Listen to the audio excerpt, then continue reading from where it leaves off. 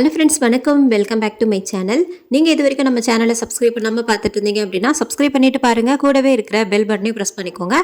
இப்போ வாங்க நம்ம கதைக்குள்ளே போயிடலாம். சேலத்திலிருந்து பெங்களூர் போகிற பைபாஸ் ரோட்டில் என்னோட யமஹா RX 135ல் 80 கிலோமீட்டர் வேகத்தில் போய்கிட்டு இருந்தேன். அது ஒரு மழை நாள். இரவாக இருந்ததுனால ரெண்டு பக்கமும் மரங்கள் அடர்த்தியாக இருந்த அந்த ரோடு ரொம்பவுமே கும்மிரட்டாக இருந்துச்சு. சேலம் பொறியார் யூனிவர்சிட்டி தாண்டின உடனே லேசாக மழை தூர ஆரம்பிச்சுது. நான் இன்னும் கொஞ்சம் வேகமாக போக ஆரம்பிச்சேன். எங்கே பார்த்தாலும் கும்மிரட்டாக இருந்தப்போ பனிமூட்டம் போல எதுவோ கிராஸ் பண்ணி போச்சு. நெஞ்சு தடக் தடக்குன்னு ரயில் வண்டி மாதிரி பயத்துல வேகமாக துடிக்க ஆரம்பிச்சது. கொஞ்ச நேரம் தயங்கிட்டு மறுபடியும் வண்டியோட வேகத்தை அதிகரிச்சேன். இங்க என்னை பத்தி கொஞ்சம் சொல்லிடுறேன். பார்க்க ஓரளவு அழகா இருக்கிற 25 வயசு வாலிபன் நான். என்னோட பேரு கோகுல். பெங்களூர்ல இருக்கிற ஒரு IT கம்பெனியில் வேலை பார்த்துக்கிட்டு இருக்கேன். சேலத்துக்கு பக்கத்தில் இருக்கிற ஒரு சின்ன கிராமம் தான் என்னோட சொந்த ஊர். என்னமோ எனக்கு பொண்ணு பார்க்க சொல்கிறது போல் உங்ககிட்ட சொல்லிட்டு இருக்கேன். ஊரில் ஒரு கல்யாணத்துக்கு வந்துட்டு திரும்பி போயிட்டுருக்கேன். சரி, என்னை பற்றின அறிமுகம் போதும்னு நினைக்கிறேன். ஓமலூர் தாண்டின உடனே வேகம் குறைஞ்சிருந்த மழை மறுபடியும் வேகமாக பெய்ய ஆரம்பிச்சது. அப்போ திடீர்னு ரோட்டோட ஆப்போசிட்டில் ஒரு அழகான பொண்ணு தலையில மல்லிகைப்பூ வச்சுக்கிட்டு என்னோட வண்டியோட வேகத்திலேயே போயிட்டு இருந்தா. நடந்துதான் போனாலோ இல்ல மிதந்துதான் போனாலோன்னு தெரியல. ஏன்னா நான் 80 கிலோமீட்டர் வேகத்துல போய்கிட்டு இருந்தேன். அதே வேகத்துல எதிர்பக்கம் அவளும் போய்கிட்டு இருந்தா. பயத்துல எனக்கு கை காலெல்லாம் உதறல் எடுக்க ஆரம்பிச்சது. நானு எதிர்பக்கம் பார்க்காம ரொம்ப வேகமா போக ஆரம்பிச்சேன். அந்த பொண்ணும் வேகமா எனக்கு முன்னால போக ஆரம்பிச்சா. கொஞ்ச தூரத்துல ஒரு சின்ன கடையோட லைட் வெளிச்சம் தெரிஞ்சது. அந்த பொண்ணு அந்த கடைக்கு பக்கத்துல போன உடனே மறைஞ்சது மாதிரி இருந்துச்சு. உடனே நான் அந்த கடையில போய் வண்டியை நிறுத்தி இறங்கினேன். அங்க ஒரு பெரியவர் மட்டும் தனியா டீ போட்டுக்கிட்டு இருந்தாரு. மழையில நனைஞ்ச நடுக்கம் வேற, கூடவே பயமும் சேர்ந்துகிட்டதால கொஞ்சம் அதிகமாகவே நடுங்கிட்டு இருந்தேன். என்னை பார்த்த அந்த பெரியவர் நல்ல ஸ்ட்ராங்கான டீ போட்டு கொடுத்தார். அதை வாங்கி குடிச்சிட்டு மழையில நனைஞ்சிருந்த சட்டையை கலட்டிட்டு வேறொன்னு என்னோட பேக்ல இருந்து எடுத்து போட்டுக்கிட்டேன். அதுக்கு மேல ஜெர்கினியும் போட்டுக்கிட்டேன். அப்புறம்தான் குளிர் கொஞ்சம் குறைஞ்ச மாதிரி இருந்துச்சு. அந்த கடையில இருந்த பெஞ்சில் உட்கார்ந்து என்னைய கொஞ்சம் ஆசுவாசப்படுத்தினேன். அதுக்கப்புறம் தான் அந்த பெரியவர்கிட்ட மெதுவா பேச்சு கொடுக்க ஆரம்பிச்சேன். ஏன் பெரியவரே, இந்த நேரத்துல ஒரு பொண்ணு உங்க கடைக்கு பக்கத்துல நடந்து வந்து மறைஞ்சதை பார்த்தேனே, நீங்க பாத்தீங்களா என்றேன். இதை கேட்ட உடனே அவரோட முகத்துல ஒரு கலவரம் தெரிஞ்சது. எதுவுமே பேசாம வேகமாக என்னைய கடைக்குள்ள இழுத்துட்டு கதவையும் இறுக இழுத்து மூடினாரு. அவர் முகத்துல இன்னதுன்னு சொல்ல முடியாத ஒரு திகில் தெரிஞ்சது. அவர் என்னதான் சொல்ல போறாருன்னு அவரோட முகத்தையே மௌனமாய் பார்த்துக்கிட்டு இருந்தேன். அந்த பெரியவர் ஒரு தடவை தொண்டைய நல்லா செருமிக்கிட்டார். அதுக்கப்புறம் அந்த பொண்ணை பத்தி சொல்ல ஆரம்பிச்சார். நானும் ஆவலோட அவரோட முகத்தையே பார்த்துட்டு இருந்தேன். தம்பி, அந்த பொண்ணு பேரு மஞ்சுளா தேவி. அவளை வன்கொடுமை செஞ்சு கொலை பண்ணிட்டாங்க. அது செத்து போய் 5 வருஷம் ஆகுது. உன்னை போல ஒரு சில பேர் கண்ணுக்கு மட்டும் தெரிஞ்சிருக்கு. யாராவது பார்த்தா சொல்றப்பெல்லாம் பொண்ணுங்களுக்கோ இல்லைன்னா அப்பாவிங்களுக்கோ கெடுதல் செய்யறவனுங்க செத்து போயிருப்பானுங்க என்றார். எனக்கு பயத்துல உடம்பு சிலிர்த்து ரோமங்கள் எல்லாம் குத்திட்டு போச்சு. நடுக்கத்துல குளறின வாயை உதட்டை கடிச்சு அடக்கிட்டேன்.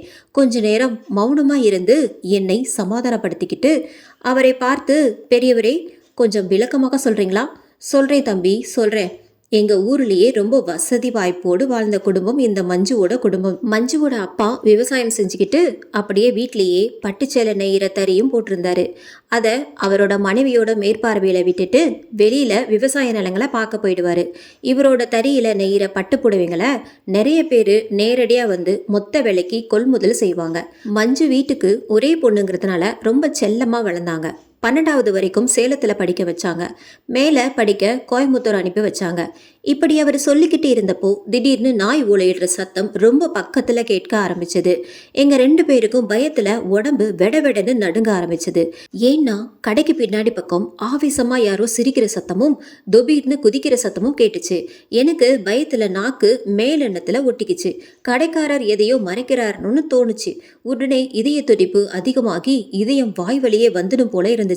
தைரியத்தை வரவழைச்சுக்கிட்டு முகத்தை தொடச்சிக்கிட்டு அவர்கிட்ட இதை பத்தி கேட்கலான்னு திரும்பி பார்த்தப்போ ரொம்ப அதிர்ச்சியா இருந்துச்சு. ஏன்னா அங்க யாருமே இல்லை. பெரியவரை காணலைன்னதும் பக்குன்னு ஆயிடுச்சு எனக்கு. பயத்துல காலில் ஆணி அடிச்ச மாதிரி நகர முடியாம போயிடுச்சு. கஷ்டப்பட்டு முயற்சி பண்ணி தைரியத்தை வரவழைச்சிக்கிட்டு வெளியே வர கதவை திறக்க போனப்போ அங்க இன்னொரு அதிர்ச்சி காத்திருந்துச்சு. எனக்கு மயக்கமே வந்துடும் போல இருந்துச்சு.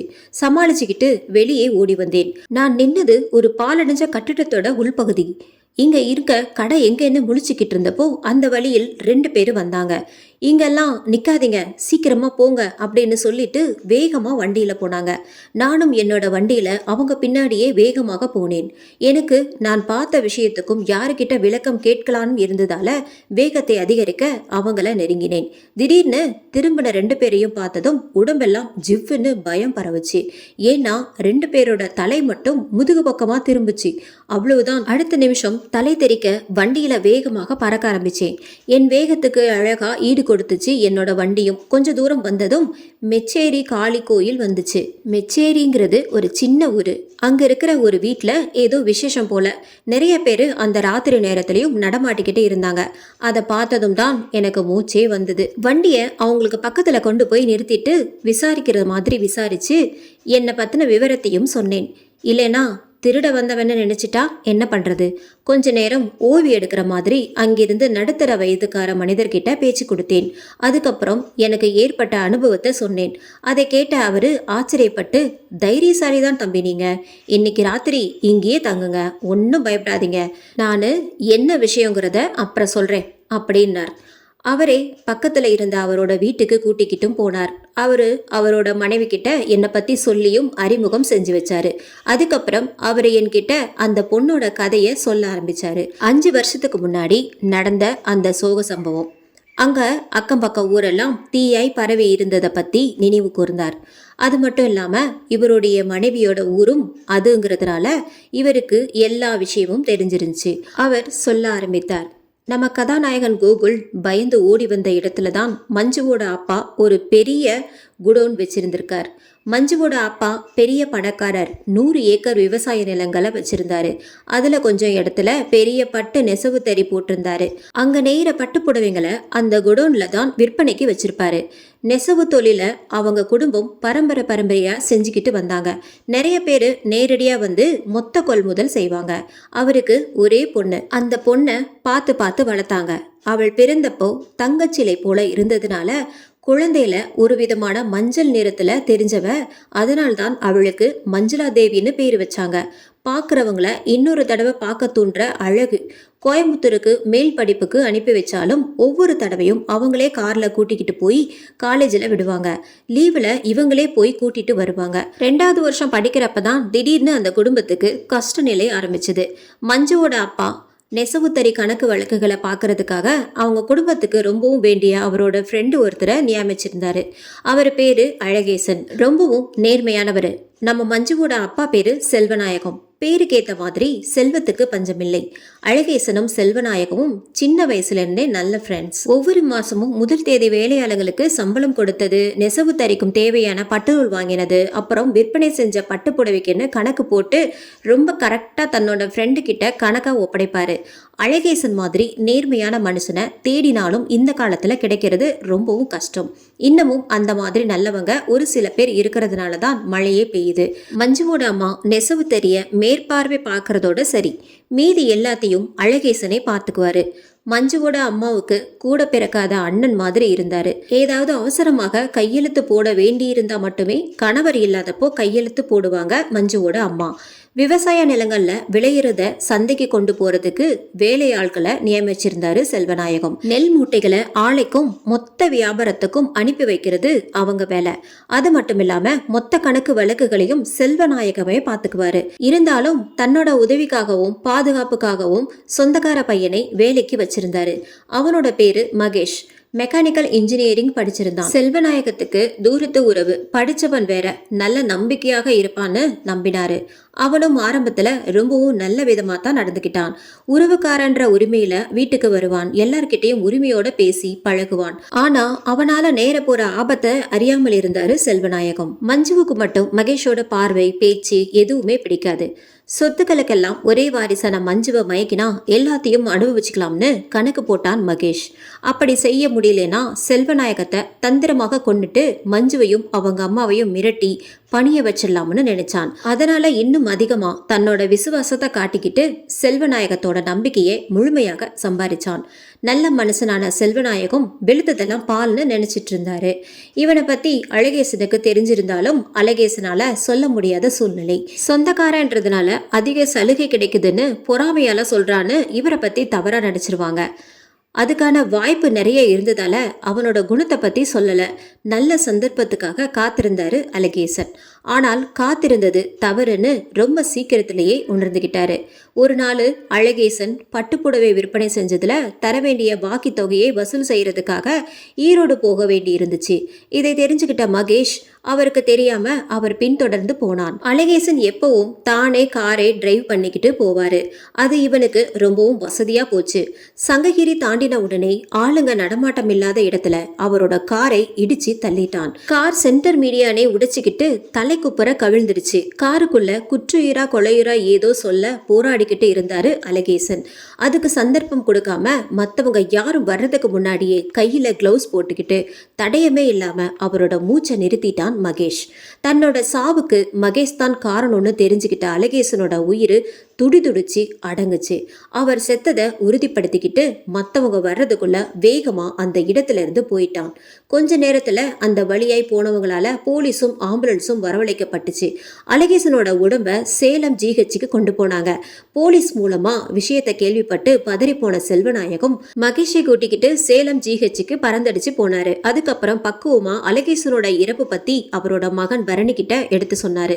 பரணி, உன்னோட அம்மா கிட்ட அப்பாவுக்கு ஆக்சிடென்ட் ஆயிடுச்சு, சின்ன அடிபட்டிருக்குன்னு மட்டும் சொல்லி ஜிஹெச்சுக்கு கூட்டிக்கிட்டு வா, இங்க வந்ததுக்கு அப்புறம் உண்மையை சொல்லிக்கலாம் என்று தைரியம் கொடுத்தார்.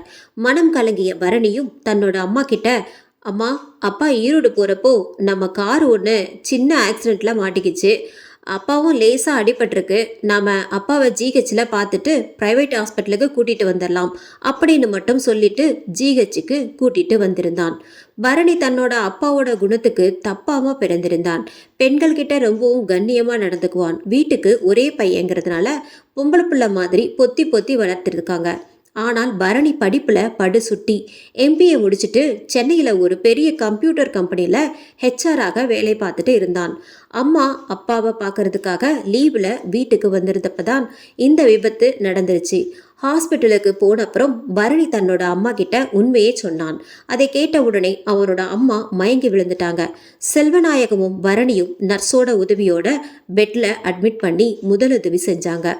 கொஞ்ச நேரம் கழிச்சு கண்ணு முழிச்சவங்க பரணியை கட்டிக்கிட்டு கதறி துடிச்சாங்க. போஸ்ட்மார்ட்டம் செஞ்சு முடிச்சு மற்ற ஃபார்மாலிட்டிஸ் எல்லாம் முடிச்சதுக்கு அப்புறம் அழகேசனோட உடம்ப ஒப்படைச்சாங்க. போஸ்ட்மார்ட்டம் செஞ்ச உடம்ப வீட்டுக்கு கொண்டுகிட்டு போகக்கூடாதுன்னு சொந்தக்காரங்க சொன்னதால தகனம் செய்ய நேரடியா சுடுகாட்டுக்கு கொண்டுட்டு போனாங்க. கூடவே இருந்து எல்லா வேலைகளையும் முடிச்சுட்டு செல்வநாயகம் நைட் லேட்டா வீடு போய் சேர்ந்தாரு. ராத்திரி ரொம்ப நேரம் தூக்கம் வராம புரண்டுகிட்டே இருந்தவர் எப்ப தூங்கினார்னு அவருக்கே தெரியல.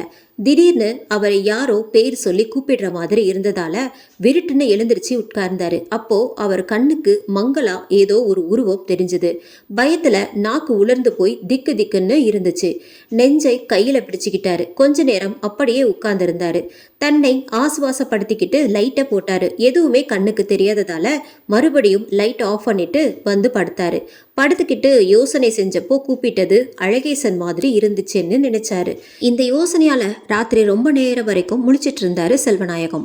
அதுக்கப்புறம் மெல்ல கண்ணை மூடி படுத்திருந்தவர் அப்படியே தூங்கி போயிட்டாரு. விடிஞ்சது தெரியாம வெயில் வர்ற வரைக்கும் தூங்கிட்டு இருந்தவரை அவரோட மனைவி வந்து எழுப்பினதும் தான் வேகமாக வாரி சுருட்டிக்கிட்டு எழுந்திருச்சாரு.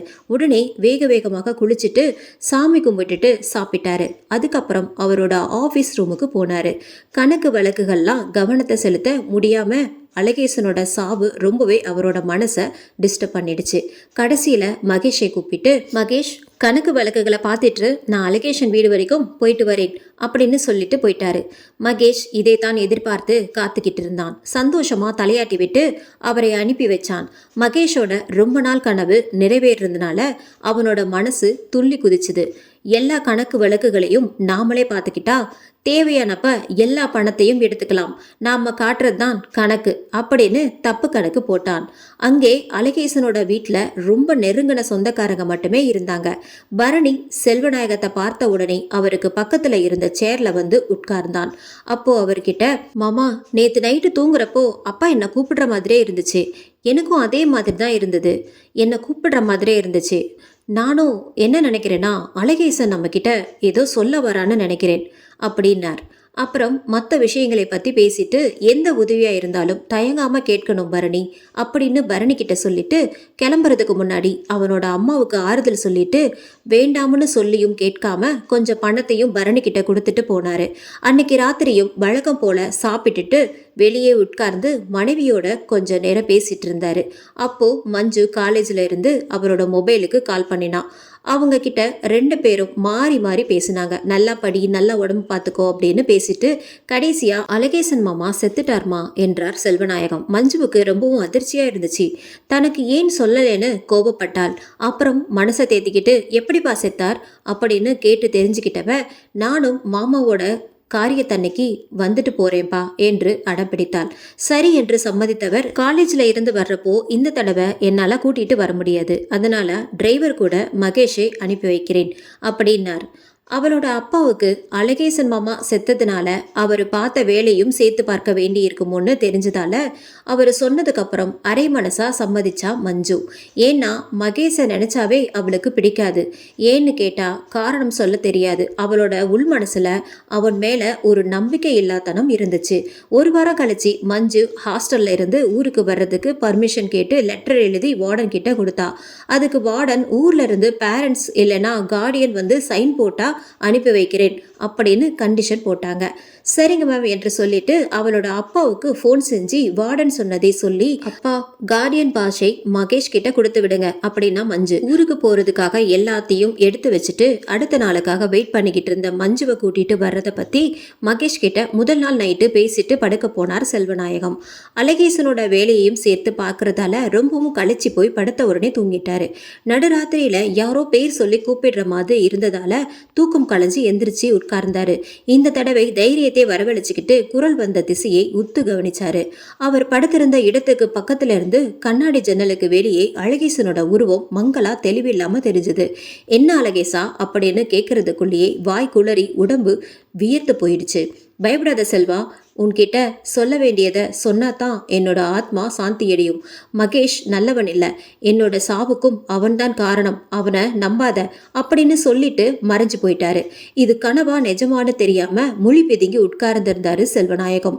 இவரை உரிமையோட ரொம்ப நாளைக்கு அப்புறம் செல்வான்னு கூப்பிட்டதுனால பழசெல்லாம் ஞாபகத்துக்கு வந்து குலுங்கி குலுங்கி அழுதாரு.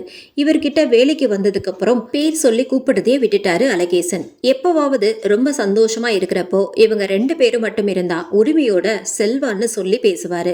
இல்லைன்னா வாங்க போங்கன்னு மரியாதையா பேசுறதோட நிறுத்திக்குவாரு.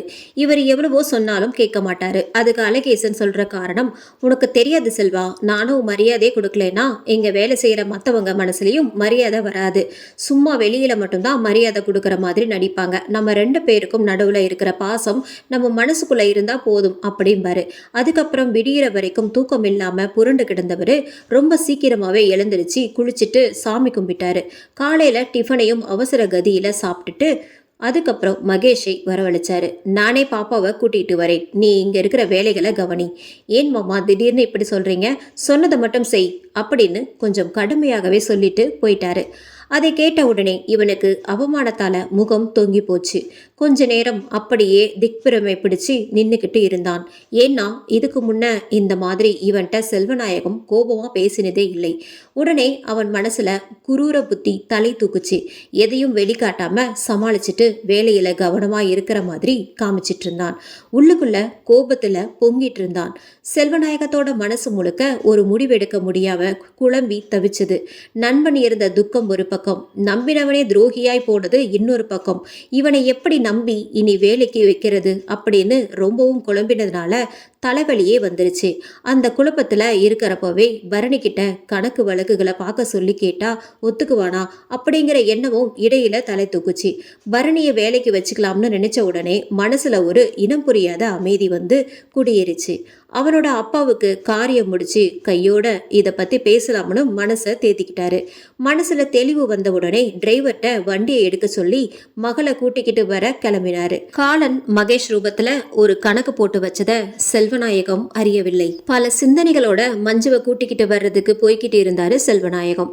அவரோட ஹாஸ்டல்ல பர்மிஷன் லெட்டர்ல சைன் போட்ட அப்புறம் அங்க இருந்த விசிட்டர்ஸ் ஹால்ல உட்கார்ந்து இருக்கிறப்பவே மகேஷை பத்தின உண்மையை சொல்லிட்டாரு. ஏன்னா யாரையும் நம்ப முடியாத சூழல்ல டிரைவரையும் நம்ப முடியாம தவிச்சுக்கிட்டு இருந்தாரு.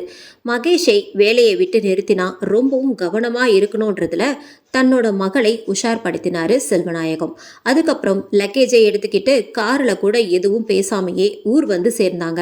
அடுத்த நாள் அழகேசனோட காரியத்துக்கு தன்னோட மனைவி மகளோட போய் கலந்துகிட்டாரு. மஞ்சு பெரியவளானதுக்கு அப்புறம் பரணி இவங்க வீட்டுக்கு வந்ததில்ல. ஒரு சில தடவை வந்தப்பவும் மஞ்சு ஸ்கூலுக்கு போயிருந்தா. அதனால பல வருஷத்துக்கு அப்புறம் இப்பதான் 2 பேரும் பாத்துக்கிறாங்க. மஞ்சுவை விட 5 வயசு பெரியவன் பரணி. சின்ன வயசுல ஒன்னா சேர்ந்து விளையாடிய காலத்துல மஞ்சுவை ரொம்பவும் பொறுப்பா பாத்துக்குவான். அதனால மஞ்சுவுக்கு அவன் மேல இனம் புரியாத பாசம் எப்பவுமே இருக்கும். எல்லோரும் ஒருத்தருக்கு ஒருத்தர் பரஸ்பரம் நலம் விசாரித்ததுக்கு அப்புறம் மற்ற சடங்குகள்ல கவனம் செலுத்த ஆரம்பிச்சாங்க. செல்வநாயகம் தன்னை கடிஞ்சு பேசுறதுல அவரோட நடவடிக்கையை கண்காணிக்க ஆட்களை ஏற்பாடு செஞ்சிருந்தான் மகேஷ். அதுல ஒருத்தன் இந்த வீட்லயும் இவங்களை கண்காணிச்சுக்கிட்டு இருந்தான். காரியம் முடிஞ்சு சொந்த பந்தம் எல்லாம் கிளம்பின உடனே பரணி கிட்டையும் அவனோட அம்மா கிட்டையும் நடந்ததையெல்லாம் சொன்னாரு செல்வநாயகம். அதுக்கப்புறம் அவரு, பரணி உன்னை தவிர உண்மையான நேர்மையான ஆளுன்னு எனக்கு கிடைக்க மாட்டான். அழகேசனோட இடத்துல என்னால வேற யாரையும் நினைச்சு கூட பார்க்க முடியல. அதனால சென்னையில பாக்குற வேலையை ரிசைன் பண்ணிட்டு எல்லா கணக்கு வழக்கையும் பார்த்துக்கிட்டு இங்கே இருந்திருப்பா. நீ கேட்குற சம்பளத்தை நானும் கொடுத்துடுறேன் அப்படின்னு வற்புறுத்தினாரு. சம்பளம் கிடைக்குது விடுங்க மாமா, அப்பா இருந்ததால அம்மாவும் இனிமே தனியா தான் இருக்கணும் என்று கொஞ்ச நேரம் யோசித்தவன், மாமா ஒரு வாரம் பொறுங்க, நான் முடிக்க வேண்டிய ப்ராஜெக்ட் வேலையெல்லாம் பெண்டிங் இருக்கு, அதை முடிச்சுட்டு வந்து எங்க அப்பா எடுத்து செஞ்ச வேலையை நானும் ஏத்துக்கிறேன் அப்படின்னு சொன்னான் பரணி. சரின்னு ஒத்துக்கிட்டு 3 பேரும் வீட்டை நோக்கி வந்துகிட்டு இருந்தாங்க. இவங்க பேசுறதையெல்லாம் மகேஷுக்கு அவனோட கையால தெரியப்படுத்தினான். இலவு காத்த கிளி போல நானு காத்துக்கிட்டு இருக்கிறப்போ அந்த பயலை விடுவானா அப்படின்னு மனசுக்குள்ள கருகிட்டு உட்கார்ந்திருந்தான் மகேஷ். வீட்டுக்கு வந்த உடனே குளிச்சுட்டு அவங்க வேலையை பார்த்துக்கிட்டு இருந்தாங்க. மகேஷும் எதுவும் தெரியாதது மாதிரி அந்த நாளோட கணக்கு வழக்குகளை ஒப்படைச்சான். எதுவும் கேட்காம ஏதோ ஒரு யோசனையோடையே வாங்கி வச்சுட்டாரு செல்வநாயகம். மகேஷும் சொல்லிட்டு வீட்டுக்கு கிளம்பி போயிட்டான். அடுத்த நாள் காலையில பரணி செல்வநாயகம் வீட்டுக்கு வந்திருந்தான். சென்னைக்கு போறதுக்கு இன்னும் 1 வாரம் இருந்ததால போற வரைக்கும் இவருக்கு உதவி செய்யலான்னு வந்திருந்தான். அன்னைக்கே பட்டு நெசவு கணக்கையும் விவசாய நிலங்கள்ல விளைஞ்ச விளைபொருளோட வித்த கணக்கையும் மத்த செலவு கணக்கையும் சந்தோஷமா பரணி கிட்ட ஒப்படைச்சாரு. கொஞ்ச நேரம் கழிச்சு வந்த மகேஷ் கிட்ட 2 மாசம் சம்பளத்தை கையில கொடுத்துட்டு நீ இனிமே வேற வேலை தேடிக்கப்பா அப்படின்னாரு.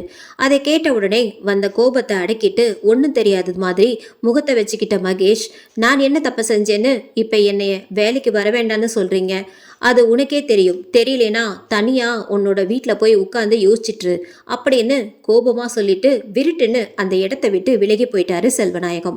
அங்கிருந்தவங்க யாரையும் பார்க்காம வேகமா அந்த இடத்துல இருந்து அவமானத்தோட முகம் கருத்து வெளியேறினான் மகேஷ்.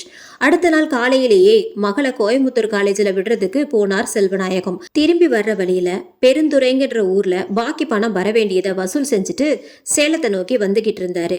நசியனூர் பிரிவு ரோடு தாண்டின உடனே இவர் டிரைவரு இவர் வந்த காரை மறிக்கிற மாதிரி எதிர்க்க ஒரு கார் வந்து நின்னுச்சு. அந்த கார்ல இருந்து இறங்கின 2 பேரு கையில கத்தியோட முகமூடி போட்டுக்கிட்டு இருந்தானுங்க. கண்ணிமைக்கிற நேரத்துல டிரைவருக்கு பக்கத்துல ஒருத்தனும் செல்வநாயகத்துக்கு பக்கத்துல ஒருத்தனும் உட்கார்ந்துக்கிட்டானுங்க. 2 பேர் கழுத்துலயும் கத்திய வச்சுக்கிட்டு டிரைவர் கிட்ட, டேய் ஒழுங்கா நாங்க சொல்ற இடத்துக்கு வண்டியை வேகமா ஓட்டு, இல்லைன்னா அநியாயமா 2 பேரும் செத்து போவீங்க அப்படின்னு மிரட்டினான். கொஞ்ச நேரத்துல காரை வேறொரு ஆள் இல்லாத சர்வீஸ் ரோட்ல திருப்ப சொன்னானுங்க. இருட்டா வெளிச்சமே இல்லாத தோட்டத்துக்கு பக்கத்துல கொண்டு போய் நிறுத்த சொன்னானுங்க. செல்வநாயகத்தோட கை காலைகளை கட்டி போட்டு டிரைவரோட தலையில அடிச்சு மயக்கம் போட வச்சானுங்க. அதுக்கப்புறம் செல்வநாயகத்தை வெத்து பாத்திரத்துல கையெழுத்து போட சொல்லி அடிச்சானுங்க. அதுக்கு செல்வநாயகம், செத்தாலும் நான் கையெழுத்து போட மாட்டேன்டா, உங்களால முடிஞ்சதை பார்த்துக்கோங்க அப்படின்னு பிடிவாதமா இருந்தார். உடனே அவரோட மண்டையை உடைச்சி செதற மாதிரி அடிச்சே கொண்டானுங்க. அதுக்கப்புறம் அவரோட சடலத்தை பக்கத்துல இருந்த கிணத்துக்குள்ள தூக்கி போட்டானுங்க. செல்வநாயகம் வந்த கார்ல இருந்த பணத்தை எடுத்துக்கிட்டு பின்னால வந்த தங்களோட கார்ல ஏறி பறந்தானுங்க. ரொம்ப தூரம் போனதுக்கு அப்புறம் தான் முகமூடியே கலட்டினானுங்க. காரை ஓட்டினவன் மகேஷ், அவனுக்கு உதவி செஞ்சவனுங்க கூலிப்படையை சேர்ந்தவனுங்க. நிம்மதி பெருமூச்சு விட்ட மகேஷ் கூலிப்படை ஆளுங்களுக்கு பேசின தொகையை கொடுத்து இறக்கி விட சொன்ன இடத்துல இறக்கி விட்டான். கடைசியா தன்னோட வீட்டுக்கு போனான். மஞ்சுவை காலேஜ்ல விடுறதுக்கு போன செல்வநாயகம் நைட்டு ரொம்ப நேரமாகியும் வராததால அவரோட மொபைலுக்கு ஃபோன் செஞ்சாங்க மஞ்சுவோட அம்மா. ஃபோன்ல நாட் ரீச்சபிள்னே வந்ததுனால பயந்து போய் பரணிக்கு ஃபோன் செஞ்சு, பரணி, காலையில மஞ்சுவை கூட்டிட்டு காலேஜுக்கு போனவங்க இவ்வளோ நேரமாகியும் இன்னும் வரலப்பா, ஃபோன் பண்ணாலும் நாட் ரீச்சபிள்னு வருது, எனக்கு என்னவோ ரொம்ப பயமா இருக்குப்பா, நீ கொஞ்சம் தேடி பார்க்குறியா அப்படின்னு கேட்டாங்க. பரணியும் அவங்களுக்கு தைரியம் சொல்லிட்டு செல்வநாயகத்தோட மொபைலுக்கு அழைப்பு விடுத்தான். நிறைய முறை முயற்சித்தும் not reachable, out of coverage area அப்படின்னே வந்துச்சு. அதுக்கப்புறம் டிரைவர் நம்பருக்கும் முயற்சித்தான் பரணி. அதுக்கும் அதே பதில் தான் கிடைச்சது. பலத்த யோசனைக்கு அப்புறம் ஓமலூர் போலீஸ் ஸ்டேஷனுக்கு போய் முறைப்படி ஒரு கம்ப்ளைண்டை கொடுத்தான். உடனே சட்டப்படி ஆக்ஷன் எடுத்த சப் இன்ஸ்பெக்டர் சேலம் போலீஸ் ஸ்டேஷனுக்கு ஃபோன் செஞ்சு, சேலத்திலிருந்து கோயம்புத்தூர் போற வழியில இன்னைக்கு ஏதாவது ஆக்சிடென்ட் நடந்ததானே தகவல் தந்துச்சா என விசாரணை நடத்தினார். அந்த மாதிரி எந்த ஒரு தகவலும் இல்லைன்னு சொன்னதால எஸ்ஐ 2 கான்ஸ்டபிளோடு புறப்பட்டாரு. அவங்களோட ஜீப்லேயே பரணியையும் கூட்டிக்கிட்டு செல்வநாயகத்தை தேடி புறப்பட்டாங்க. அவர் போன காரு எங்கேயாவது பிரேக் டவுன் ஆகி நிக்குதான்னு பார்த்துக்கிட்டே போனாங்க. சேலம் தாண்டின உடனே கோயம்புத்தூர் பைபாஸ்ல ஜீப்பை வேகப்படுத்தினாங்க. விநாயக மிஷன் மெடிக்கல் காலேஜ் தாண்டின கொஞ்ச நேரத்திலேயே வெள்ளை நிறத்துல ரொம்ப பிரகாசமான உருவம் ஒண்ணு இவங்களுக்கு முன்னால போய்கிட்டு இருந்துச்சு. இவங்களும் வேகமாக போய் அதே நெருங்கி நினைச்சப்போ அது இன்னும் கொஞ்சம் வேகமாக முன்னால போக ஆரம்பிச்சது. எல்லோருக்கும் பயத்துல நெஞ்சு படபடன்னு அடிச்சுக்கிச்சு. அதோட ஆளுக்கும் ஒரு பக்கம் கார் எங்கேயாவது நிக்குதான்னு பார்த்துக்கிட்டே போனாங்க. கொஞ்ச தூரத்துல வந்த பிரிவு ரோட்ல அந்த ஒளிவெல்லாம் இவங்களுக்காக காத்துட்டு இருந்துட்டு வழிகாட்டிக்கிட்டு போற மாதிரி முன்னால போக ஆரம்பிச்சது.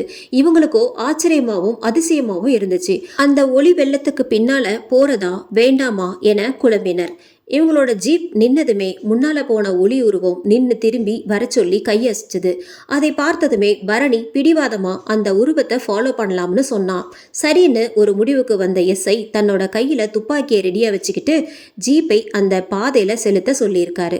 ரொம்பவும் இருளா இருந்த அந்த பாதையில போக போக எல்லாருக்குமே பயத்துல நெஞ்சு திக்கு திக்குன்னு அடிச்சுக்கிச்சு. 1/2 கிலோமீட்டர் தூரம் அந்த பாதையில பயணிச்சதுக்கு அப்புறம் அந்த பிரகாசமான ஒளி சட்டுன்னு மறைஞ்சு போச்சு. அது மறைஞ்ச இடத்துல ஒரு கார் நிக்கிறது தெரிஞ்சது. ஜீப்போட ஹெட்லைட் வெளிச்சத்துல இறங்கி ரொம்ப கவனமா சுத்தியும் வேற யாராவது இருக்காங்களான்னு தேடி பார்த்தாங்க. அப்ப கொஞ்சம் தள்ளி ரொம்பவும் தீனமான முனகல் சத்தம் கேட்டுச்சு. சத்தம் வந்த திசையில பார்த்தப்போ கை கால்கள் கட்டப்பட்ட நிலையில செல்வநாயகத்தோட கார் டிரைவர் கீழே கிடந்தாரு. வேகமாக போய் அவரோட கட்டுகளை அவிழ்த்து விட்டுட்டு தண்ணீரை கொடுத்தாங்க. அதுக்கப்புறம் கைத்தாங்களா பிடிச்சுக்கிட்டு வந்து செல்வநாயகம் வந்த கார்ல உட்கார வச்சாங்க. என்ன நடந்ததுன்னு அவர்கிட்ட விசாரணை பண்ணினாரு எஸ்ஐ. முகமூடி போட்டிருந்த 2 பேரு வழிமறிச்சு கடத்தினாங்க சார். முதல்ல என்னை அடிச்சு போட்டுட்டாங்க. நானு மயக்கமாயிட்டதால அதுக்கப்புறமா என்ன நடந்துச்சுன்னே தெரியல அப்படின்னு சொன்னார். உதவி ஆய்வாளரும் பரணியும் கையில் டார்ச் லைட் எடுத்துக்கிட்டு சுத்தியும் தேடி பார்த்தாங்க. அப்போ பக்கத்துல இருந்த கிணத்தை பார்த்த உடனே அங்க போய் டார்ச் லைட் உதவியோட உள்ள எட்டி பார்த்தாங்க.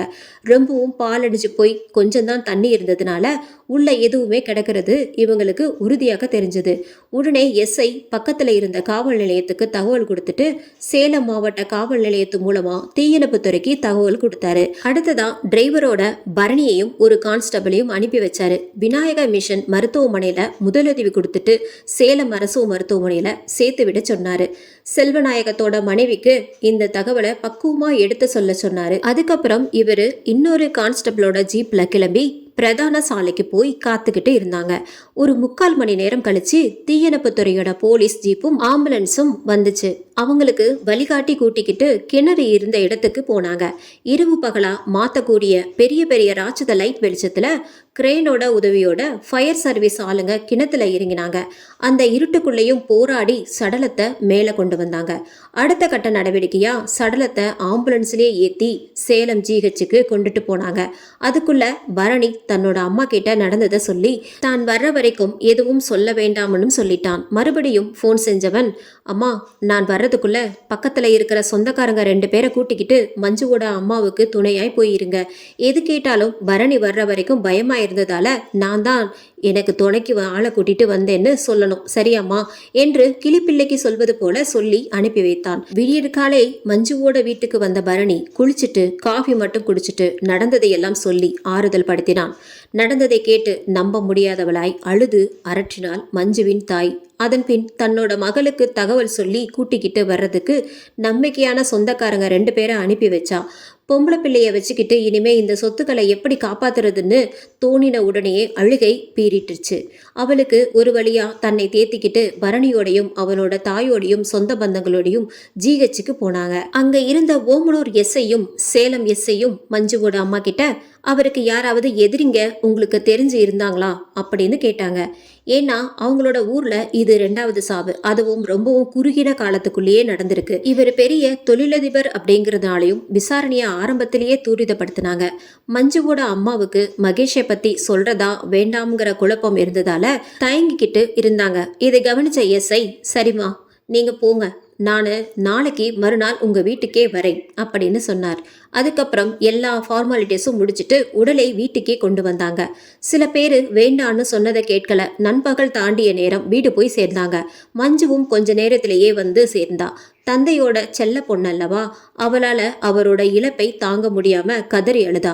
தாயும் மகளுமா தேற்றுவார் இல்லாம அழுது கரைஞ்சாங்க. சடங்கு சம்பிரதாயம் முடிச்சதும் மகளையே கொல்லியிட முடிவாகி இறுதி யாத்திரை கிளம்பினார் செல்வநாயகம். செல்வநாயகத்தோட இறுதி சடங்கு முடிஞ்சதும் நெருங்கிய சொந்தக்காரங்களை தவிர மத்தவங்க கிளம்பி இருந்தாங்க. பரணியும் அவனோட தாயும் அவங்களோடவே தங்கி இருந்தாங்க. நைட்டு ரொம்ப நேரம் கழிச்சுதான் எல்லோரும் தூங்கினாங்க. நள்ளிரவு நேரத்துல வீட்டை சுத்தியும் அமானுஷ்யமான சத்தங்கள் கேட்க ஆரம்பிச்சது. ஒரு சிலரை தவிர எல்லோருமே முழிச்சுக்கிட்டாங்க. வயசுல ஒரு பெரிய பெண்மணி ஒருத்தவங்க சொன்னாங்க, இதுக்கு தான் அப்பவே நான் படிச்சு சொன்னேன், பொணவரையிலிருந்து கொண்டு வர்ற உடம்ப வீட்டுக்கு கொண்டு வராதீங்கன்னு. அப்படி கொண்டு வந்தா கூடவே மற்ற துர்ஆத்மாக்களும் வந்துரும்னு சொன்னேன், யாராவது கேட்டீங்களா அப்படின்னு பயப்பட வச்சாங்க. இதை கேட்ட மற்றவங்க பயத்துல நடுங்கினாங்க. அந்த அம்மாவுக்கு உள்ளூர பயம் இருந்தாலும் தான் சொன்ன மாதிரி தானே நடந்துகிட்டு இருக்கிற பெருமிதத்துல உட்கார்ந்துருச்சு. ஊருக்கு ஒண்ணு வீட்டுக்கு ஒண்ணு இப்படி இருக்குங்க, அதுங்களை திருத்தவே முடியாது, ஆண்டவனால கூட முடியாது. கொஞ்ச நேரத்துல சத்தங்கள் எல்லாம் ஓய்ஞ்சி மயான அமைதி நிலவுச்சு. அதுக்கப்புறம் எங்கிருந்து தூங்குறது, தூக்கமும் விழிப்புமா அன்னைக்கு ராத்திரி முழுசும் எல்லாருக்கும் பயத்திலேயே போச்சு. அதிகாலையிலேயே வெட்டியான் காடை வித்தாச்சி சாமியோன்னு குரல் கொடுத்தாரு. மற்றவங்க விசாரணைக்கு பதில் சொன்னான் வெட்டியான். கடைசி வரைக்கும் இருந்து எரிச்சிட்டு தான் வர்றேங்க அப்படின்னு சொல்லிட்டு பணத்தை வாங்கிட்டு போனாரு. இது சின்ன சின்ன கிராமத்துல இன்றைக்கும் நடக்கிறது வழக்கம். அதுக்கப்புறம் பால் தெளிச்சு அங்கம் பொறுக்கி ஆத்துல விட்டுற நிகழ்ச்சிக்காக ஆண்கள் எல்லாம் மயானத்துக்கு போனாங்க. எல்லாரும் குளிச்சுட்டு சாப்பிட்டுட்டு அவங்க ஊருக்கு கிளம்பினாங்க. பரணியும் அவனோட அம்மாவை கூட்டிட்டு நைட்டு வர்றதா சொல்லிட்டு கிளம்பிட்டான். சமையல் செய்யற வள்ளியும் தோட்டத்தை பராமரிக்கிற அவளோட கணவன் கண்ணையனும் வேலை முடிஞ்சதும் பக்கத்துல இருந்த அவுட் ஹவுஸ்க்கு போயிட்டாங்க. இப்ப இவங்க 2 பேர் மட்டும்தான் இருந்தாங்க. ஹால்ல இருந்த சோஃபாவில் உட்கார்ந்துக்கிட்டு பேசிக்கிட்டு அழுதுகிட்டேனும் சொல்லலாம். அப்படியே உடல் அசதியிலையும் முதல் நாள் இரவு தூக்கமில்லாததாலையும் ஆளுக்கு ஒரு பக்கம் சோஃபாவிலேயே படுத்து தூங்கிட்டாங்க. நல்ல தூக்கத்துல இருக்கிறப்போ மஞ்சுவோட தலைய யாரோ இதமா வருடினது மாதிரி இருந்துச்சு. திடுக்கிட்டு முழிச்சவளுக்கு அது கனவு போலவே தெரியல. உடனே அவளோட அம்மாவை எழுப்பி நடந்ததை சொன்னான். அதுக்கு அவளோட அம்மா, பயப்படாத சாமி, நம்ம அப்பா நம்மள ஒன்றும் செய்ய மாட்டாரு அப்படின்னு ஆறுதல் படுத்தினாங்க. அதுக்கப்புறம் வெளியே வந்தவங்க வள்ளியை கூப்பிட்டு டீ போட சொன்னாங்க. அவருக்கு உள்ளுக்குள் உதறலாக இருந்துச்சு. ஆனாலும் பொண்ணு முன்னாடி காட்டிக்கல. நைட் ஆனதும் பரணியும் அவனோட தாயும் துணைக்கு வந்து சேர்ந்தாங்க. நடுநிசையில நாய் ஊளையிடுற சத்தமும் யாரோ மேல் தளத்துல நடக்கிற சத்தமும் நல்லாவே கேட்டுச்சு. கொஞ்ச நேரத்திலேயே எந்தவித சத்தமும் இல்லாம நிசப்தமா இருந்துச்சு. மறுபடியும் நாய் ஊளையிடுற சத்தம் ரொம்ப தூரத்துல கேட்டுச்சு. மகேஷ் அவனோட வீட்டுல ரொம்ப நிம்மதியா தூங்கிக்கிட்டு இருந்தான். திடீர்னு பலமான காத்து வீசினதுனால வீட்டுக்கு பக்கத்துல இருந்த தென்னை மரத்துல இருந்து மட்டைகள் எல்லாம் சரசரன்னு விழற சத்தமும், அதுக்கப்புறம் மாடியிலிருந்து யாரோ தொபீர்னு குதிக்கிற சத்தமும் கேட்டுச்சு. நறுநிசியில் கேட்ட இந்த மாதிரி சத்தத்தால மகேஷ் திடுக்கிட்டு முழிச்செழுந்தான். பக்கத்து ரூம்ல தூங்கிக்கிட்டு இருந்த அவனோட அம்மாவும் முழிச்சுக்கிட்டாங்க. கொஞ்ச நேரத்திலேயே மறுபடியும் அதே சத்தம், அதாவது தண்ணிக்குள்ள குதிக்கிறப்போ எலும்புற அதே சத்தம் கேட்டுச்சு. முதல் முறையா பயம் எட்டி பார்த்துச்சு இவனுக்கு. ஒருவேளை செல்வநாயகத்தோட ஆவியா இருக்குமோன்னு நினைச்சான். அப்படி நினைச்ச உடனேயே இவனுக்கு பக்கத்துல யாரோ பலமா மூச்சு விடுற மாதிரி கேட்டுச்சு. பயத்துல குளநடுங்கி போச்சு இவனுக்கு.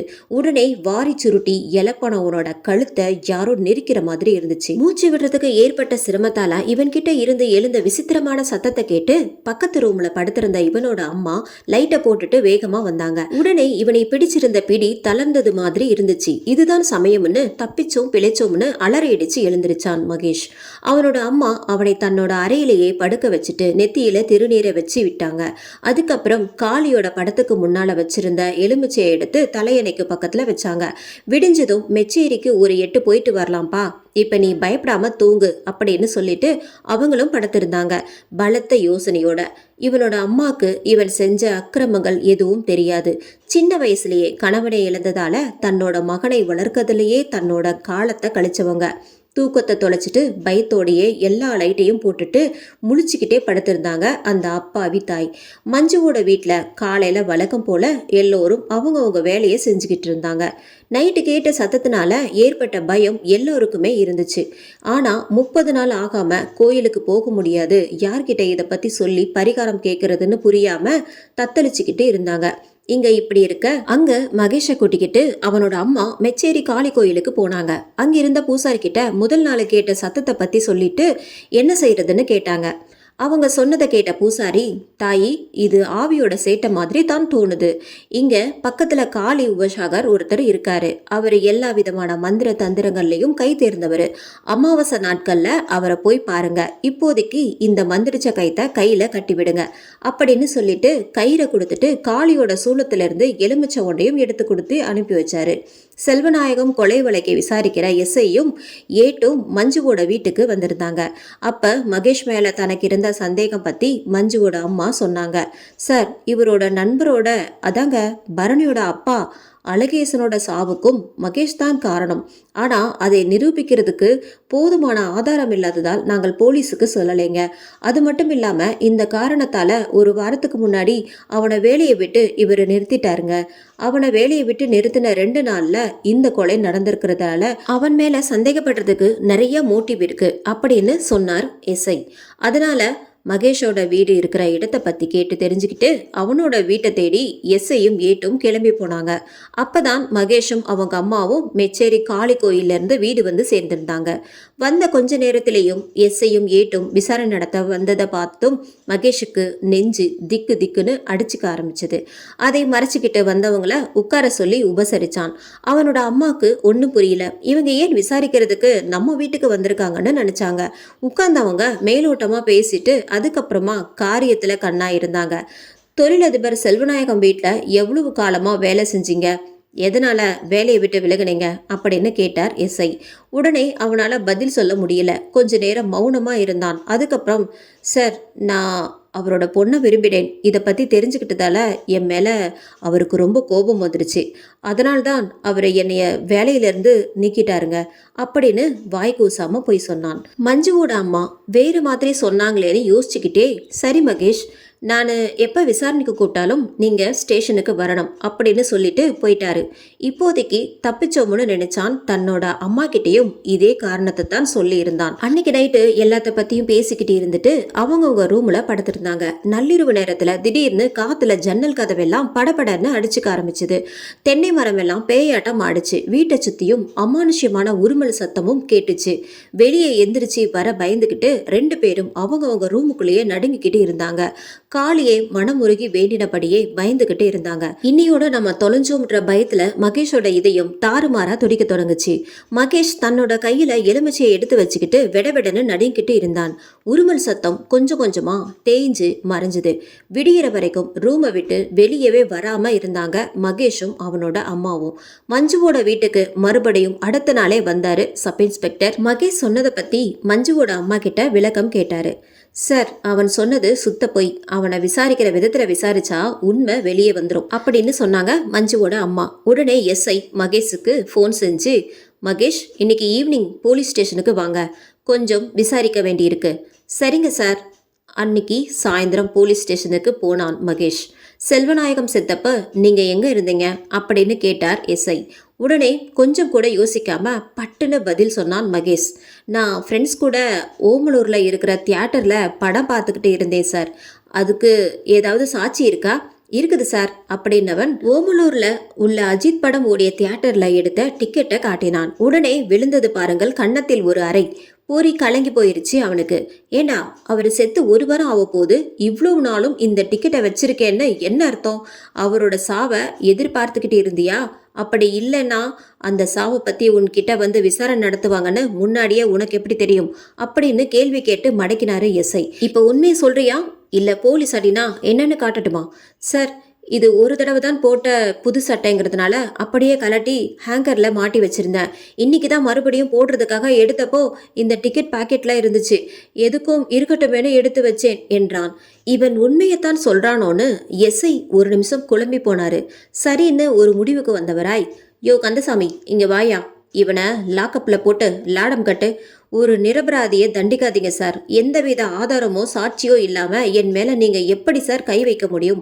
என்னோட ஃப்ரெண்டு வக்கீலா இருக்கான், அவனை வர சொல்றேன் அப்படின்னான் வேகமாய். என்னடா, எனக்கே சட்டம் சொல்லி தரியா? செல்வநாயகம் வீட்டில் உண்மையில தான் சந்தேகப்படுறாங்க. சந்தேக கேஸ்ல உள்ள தள்ளி துவச்சி தொங்க விட்டுருவேன் அப்படின்னார் கோபமாக பற்களை கடித்தபடி. ஓஹோ, இது அவங்க கொடுத்த புகாரா அப்படின்னு மனசுக்குள்ள நினைச்சவன், சார், நான் ஏற்கனவே உங்ககிட்ட சொன்னேனே அவங்களுக்கு என்ன பிடிக்காதுன்னு. சரியான ஆதாரம் இல்லாம நீங்க என்ன சந்தேகப்பட்டு அடிக்கிறீங்க. ஆதாரம் கிடைக்கும், கிடைச்ச உடனே என்னோட நடவடிக்கை வேற மாதிரி இருக்கும் அப்படின்னு சொல்லி எச்சரிச்சு அனுப்பி வச்சாரு எஸ்ஐ. ஓமலூர்ல இருந்து நேரா சேலத்துக்கு வந்த மகேஷ் ஆள் நடமாட்டம் இல்லாத இடத்துல இருந்த ஒரு பொது தொலைபேசி மூலமா கூலிப்படை தலைவனுக்கு ஃபோன் செய்தான். ஏன்னா போலீஸ் இந்த நேரம் இவனோட நம்பரை ட்ராக் பண்ணுவாங்கன்னு நினைச்சான். ஃபோனை அட்டன் செய்த கூலிப்படை தலைவனிடம், பன்னீர், உன் மூலமா இன்னொரு காரியம் ஆக வேண்டி இருக்குது. புது சிம் வாங்கிட்டு நானே ஃபோன் பண்ணுறேன். அது வரைக்கும் நீங்கள் யாரும் எனக்கு ஃபோன் பண்ண வேண்டாம் அப்படின்னு சொல்லிட்டு காலை கட் பண்ணிட்டான். அதுக்கப்புறம் மஞ்சுவோட வீட்டை கண்காணிக்க சொன்னவன்கிட்ட விசாரிச்சான். அவன் கொடுத்த தகவல் படி மஞ்சுவை கூட்டிக்கிட்டு பரணி அன்னைக்கு மதியம் காலேஜுக்கு போகிறாங்கிறத உறுதி பண்ணிக்கிட்டான். அதுக்கப்புறம் கள்ள மார்க்கெட்டில் புது மொபைலையும் ஆக்டிவேட் பண்ணப்பட்ட சிம்மையும் வாங்கிக்கிட்டான். உடனே அந்த புது நம்பர்லேருந்து கூலிப்படை தலைவன் பன்னீருக்கு ஃபோன் பண்ணி, உன் கூட 2 பேரை கூட்டிக்கிட்டு காரில் கிளம்பி சேலத்திலிருந்து கோயம்புத்தூர் போகிற பைபாஸில் எனக்காக வெயிட் பண்ணிட்டு, நான் கொஞ்ச நேரத்தில் என்னோட 2 வீலரில் வந்து உங்களோட ஜாயின் பண்ணிக்கிறேன் அப்படின்னு சொல்லிட்டு காலை கட் பண்ணிட்டான். நேரா தன்னோட வீட்டுக்கு போனவன் 2 செட்டு ட்ரெஸ்ஸை எடுத்து பேக் பண்ணி அவங்க அம்மா கிட்ட வேலை தேடுறதுக்காக வெளியூர் போறதா சொன்னான். தன்னோட பழைய மொபைலை சைலண்ட் மோட்ல போட்டு தன்னோட துணிங்களுக்கு அடியில வச்சான். அதுக்கப்புறம் தன்னோட அம்மா கிட்ட சொல்லிட்டு 2 வீலர்ல கோயம்புத்தூர் பைபாஸை நோக்கி போனான். கூலிப்படையினர் இருந்த இடத்துக்கு போனதும் இவனோட 2 வீலரை பன்னீர் வாங்கிக்கிட்டான். ஹெல்மெட்டை போட்டுக்கிட்டு பன்னீர் முன்னால போக மகேஷும் மற்ற 2 பேரும் கார்ல ஃபாலோ பண்ணாங்க.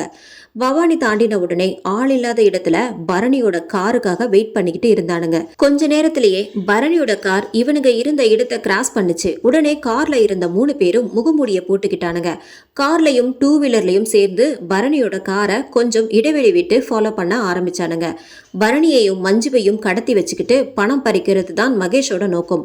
அதோட இவன் மேல இருக்கிற கேஸை வாபஸ் வாங்க வைக்கிறதுக்காகவும் தான். பிரிவு ரோடு தாண்டின உடனே பரணியோட காருக்கு இணையா காரை ஓட்டிக்கிட்டே 2 வீலரை கொண்டு போய் காருக்கு முன்னாடி நிறுத்தி மறிச்சானுங்க.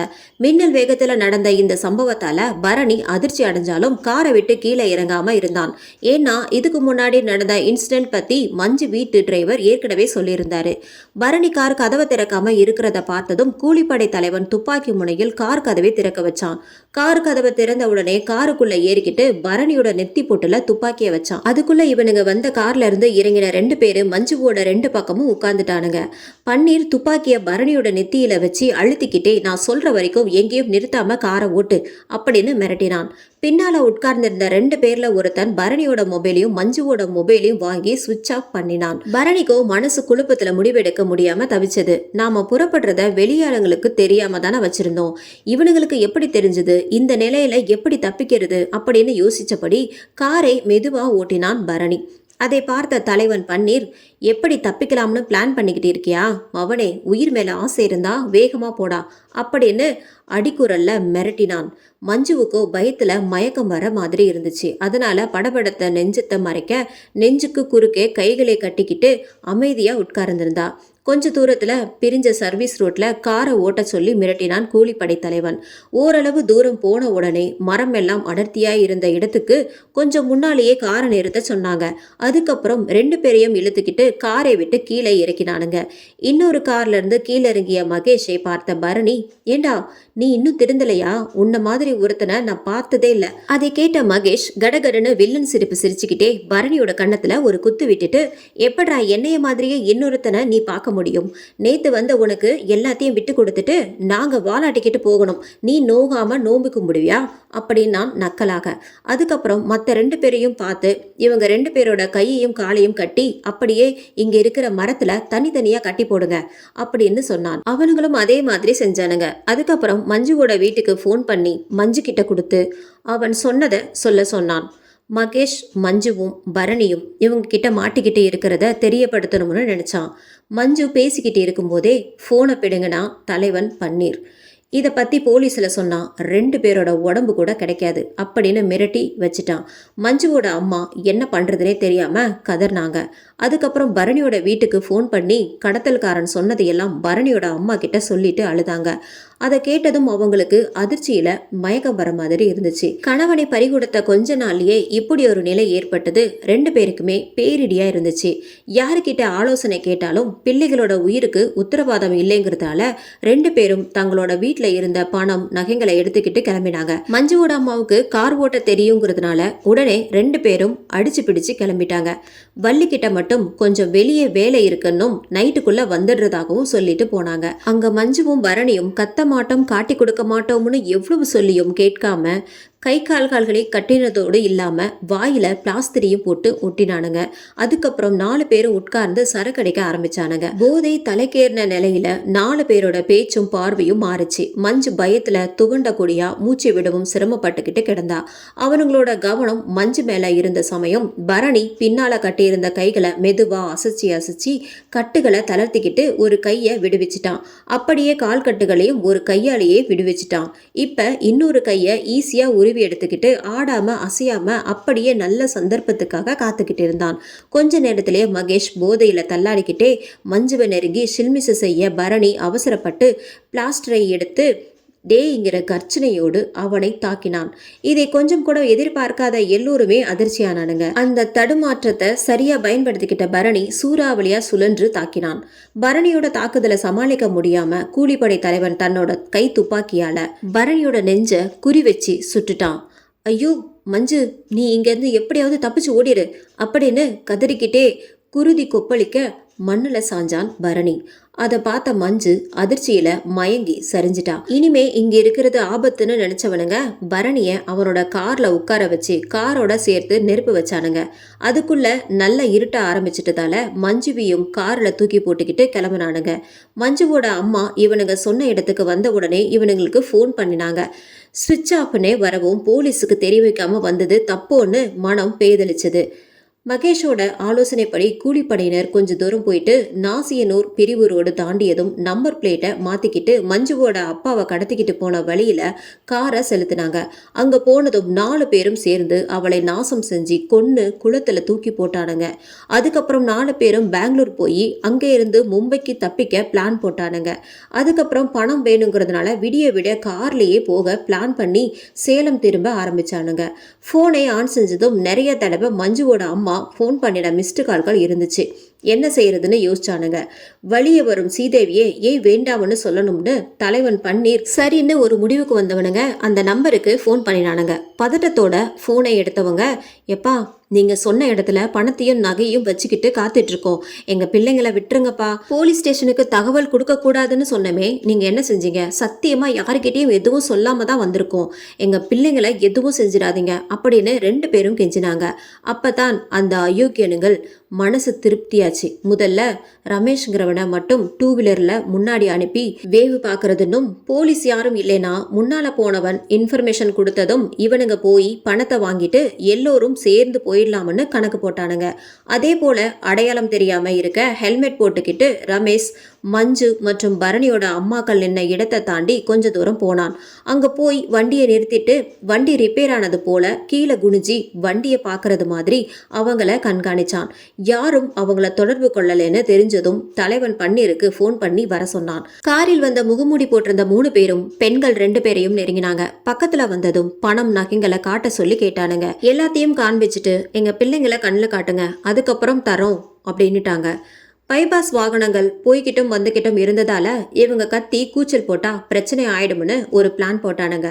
அதுபடி அவங்கள பார்த்து, சித்தோடு தாண்டினதும் வர்ற சர்வீஸ் ரோட்ல 2 பேரும் உங்களோட கார்ல மயக்கமா இருக்காங்க, நீங்க பணம் கொடுத்தா எங்களோட ஆளு அவங்கள ஒன்றும் செய்யாம விட்டுடுவான், இல்லைன்னா அப்புறம் உங்க இஷ்டம் அப்படின்னான் பன்னீர். ஏன்னா ஏற்கனவே 2 கொலை செஞ்சாச்சு, இவங்களையும் கொன்னு மாட்டிக்க விரும்பல. அவனுங்க சொன்னதை கேட்டு கொஞ்ச நேரம் யோசிச்சு 2 அம்மாக்களும் உங்க ஆளோட நாங்க பேசினப்புறம் பணம் நகைங்களை தரோம் அப்படின்னு ஒத்துக்கிட்டாங்க. சரின்னு இவங்களை தாண்டி கொஞ்ச தூரத்துல நின்றுட்டு இருந்த ரமேஷோட நம்பருக்கு ஃபோன் பண்ணிட்டு, டேய் இவங்க உன்கிட்ட இவங்க பிள்ளைங்க பத்திரமா மயக்கத்துல தான் இருக்காங்களான்னு கேட்கணுமாம் என்று பேசுவதற்கான க்ளூவும் சேர்ந்து கொடுத்தான். அந்த பரிதாபம் அப்பாவி பெண்கள் இருவரும் அவன்கிட்ட ஃபோனில், எப்பா தம்பி தயவு செஞ்சு நாங்கள் வர வரைக்கும் அங்கே இருப்பா, மயக்கத்தில் இருக்கிற பிள்ளைங்களை தனியாக விட்டுட்டு வந்துடாதப்பா, உங்கள் யாரையுமே நாங்கள் காட்டி கொடுக்க மாட்டோம் அப்படின்னு சொல்லிட்டு பணம் நகைங்க இருந்த பெட்டியை கொடுத்தாங்க. இவ்வளோ சுலபமா எல்லாம் நடந்துருச்சே அப்படிங்கிற இருமாப்போட கடத்தல் கோஷ்டி கிளம்பியாச்சு. பாவம் அவங்களுக்கு தெரியல, இனிமே தானே நம்ம மோகினியோட ஆட்டம் ஆரம்பிக்கும். மஞ்சுவோட அம்மாவும் பரணியோட அம்மாவும் பணத்தையும் நகைகளையும் கொடுத்ததும் வேக வேகமாக கடத்தல்காரங்க சொன்ன இடத்துக்கு போனாங்க. அப்பவே கொஞ்சம் கொஞ்சமா இருட்ட ஆரம்பிச்சிட்டதால ரொம்ப கவனமா அவனுங்க சொன்ன இடத்தை தேடிக்கிட்டு போனாங்க. சித்தோடு பிரிவு தாண்டினதும் வந்த அடுத்த சர்வீஸ் ரோட்ல மக்கள் கூட்டமாக இருந்தாங்க.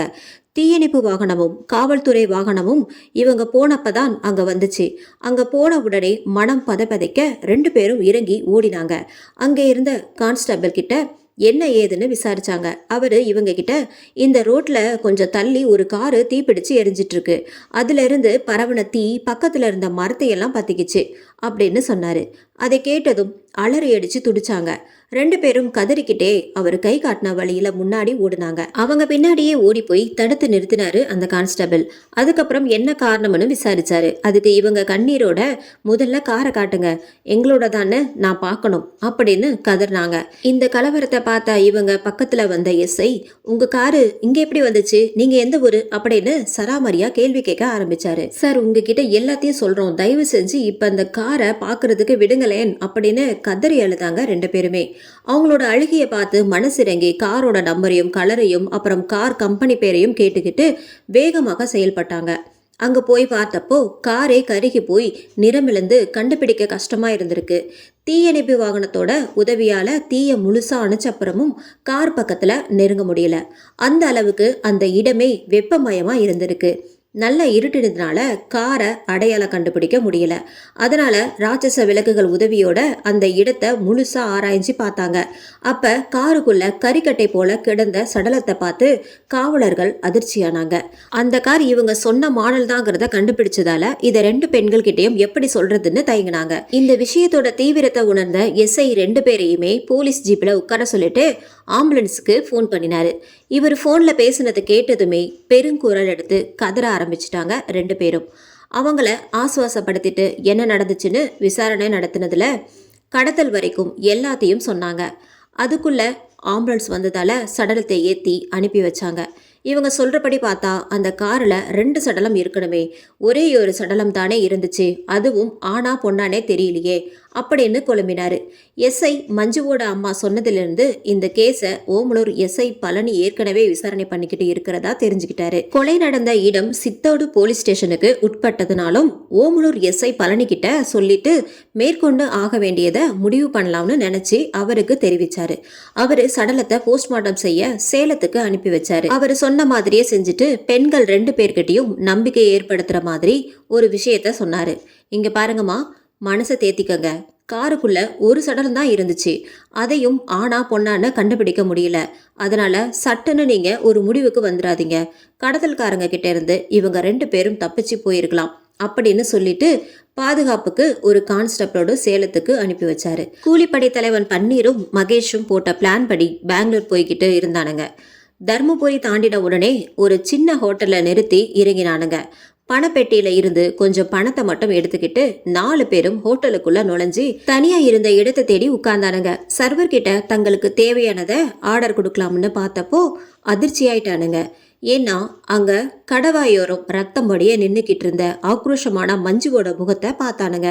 பார்த்த உடனே பயத்துல நாவரண்டு போய் நீ நீ உன்ன அப்படின்னு திக்கி திணறினானுங்க. அதை பார்த்து சிரிச்ச சர்வர், என்ன சார் பேய் எறிஞ்ச மாதிரி முழிக்கிறீங்க? ஏப்பா நீ வேற, பேயே நீதான்னு பயப்படுறானுங்க. சர்வர் கேட்டதும் சுதாரிச்சுக்கிட்டு எதையும் காட்டிக்காம ஆர்டர் கொடுத்தானுங்க. அதுக்கப்புறம் வந்த உணவு வகைகளை வேகமாக சாப்பிட்டு முடிச்சுட்டு பில்லை பே பண்றதுக்கு பணத்தை எடுத்தானுங்க. அத்தனையிலும் ரத்தக்கரை. பயத்துல முகம் வெளிர 4 பேரும் ஒருத்தரை ஒருத்தர் பார்த்துக்கிட்டானுங்க. கொஞ்சமும் தாமதிக்காம பன்னீர் யாருக்குமே தெரியாம அவரோட கையில காயத்தை ஏற்படுத்திக்கிட்டான். அதிலிருந்து ரத்தம் பட்டுருச்சுன்னு சொல்லிக்கலாம்னு நினைச்சான். பணத்தை எண்ணி பில்லுக்கு கொடுத்தப்போ அதிலிருந்து ரத்தக்கரை காணல. இதை நம்பி கையை வேற வெட்டிக்கிட்டோமேன்னு நினைச்சவன் மற்றவங்களை கூட்டிக்கிட்டு வேகமா அந்த இடத்த காலி செஞ்சான். காரில் ஏறி கொஞ்சம் தூரம் போயிருப்பானுங்க. அப்ப காரோட முன் கண்ணாடியில மேலே இருந்து தலைகீழா தலை தொங்க மஞ்சுவோட கண்கள் 2ம் இவங்களையே வெறிச்சு பார்த்துச்சு. கார் கட்டுப்பாட்டை இழந்து ஒரு மரத்துல மோதி நின்னுச்சு. அவனுங்களுக்கு நல்ல நேரம், நைட்டு நேரங்கிறதுனால அதிகமா டிராஃபிக் இல்லாதனாலையும் சின்ன சின்ன காயங்களோடு தப்பிச்சானுங்க. இனிமேலும் பயணம் பண்றது ஆபத்துன்னு நினைச்சானுங்க. அதனால உடனே தாமதிக்காம கொஞ்ச நேர பயணத்துல வர மகேஷ் ஃப்ரெண்டோட பண்ணை வீட்டுக்கு கிளம்பினானுங்க. காலேஜ் படிக்கிறப்போ ஒரு தடவை ஃப்ரெண்ட்ஸோட வந்து அங்க தங்கி இருந்திருக்கான் மகேஷ். அங்கே போகிறதுக்கு முன்னாடி வழியிலேயே ஃப்ரெண்டுக்கு ஃபோன் பண்ணி, மச்சான் ஃப்ரெண்ட்ஸோட வர்றப்போ ரொம்ப லேட் ஆயிடுச்சு, அதனால இன்னைக்கு நைட்டு உங்கள் பண்ணை வீட்டில் தங்கிட்டு போகலான்னு நினைக்கிறேன், வாட்ச்மேன் கிட்ட சொல்லிடுறியா மச்சான் அப்படின்னான். தூக்கத்திலேயே இருந்த அவன் முனியாண்டிக்கிட்ட நான் சொல்லிடுறேன், நீங்கள் எத்தனை நாளைக்கு வேணாலும் தங்கிக்கோங்க, காலையில் பேசுகிறேன் அப்படின்னு சொல்லிட்டு ஃபோனை வச்சுட்டான். 4 பேரும் அங்கே போனப்போ முனியாண்டி கேட்ட திறந்து விட்டுட்டு வீட்டு சாவியும் கொடுத்துட்டு ஏதாவது வேணும்னா காலையில் வாங்கிட்டு வந்து தர்றதா சொல்லிட்டு போனான். இவனுங்களும் அசதியினால ஆளுக்கு ஒரு மூலையில படுத்து தூங்க ஆரம்பிச்சானுங்க. ஆழ்ந்த தூக்கத்துல இருந்தப்போ பன்னீரை யாரோ கூப்பிடுற மாதிரி இருந்துச்சு.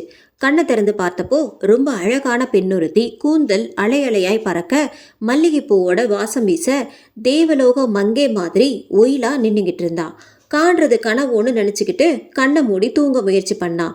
மறுபடியும் அதே போல பேர் சொல்லி கூப்பிட்டுட்டு ஜல் ஜல்லுன்னு சலங்கை ஒழிக்க மனசை மயக்கிற வாசனையோட திரும்பி நடக்க ஆரம்பிச்சா. அதுக்கப்புறம் படுத்திருப்பானா அவன். மந்திரிச்சு விட்ட கோழி மாதிரி அவ பின்னாலேயே போக ஆரம்பிச்சான்.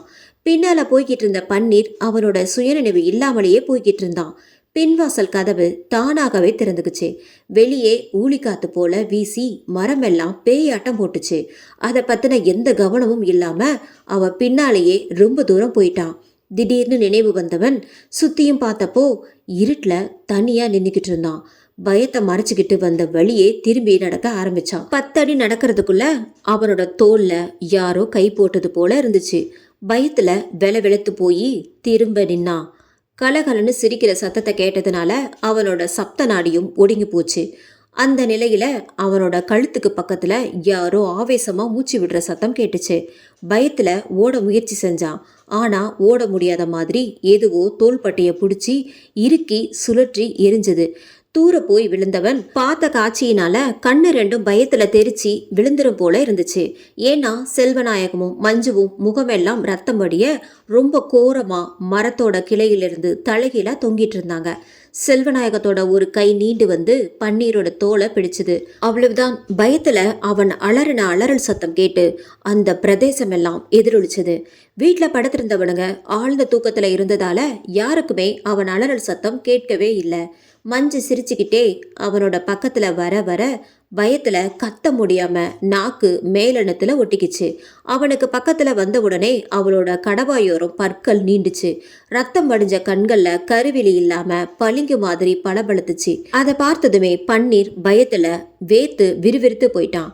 அவனால அந்த இடத்த விட்டு நகர முடியாதபடி கழுத்தை இறுக பிடிச்சிழுத்து ரத்தத்தை உறிஞ்சி குடிக்க ஆரம்பிச்சா மஞ்சு.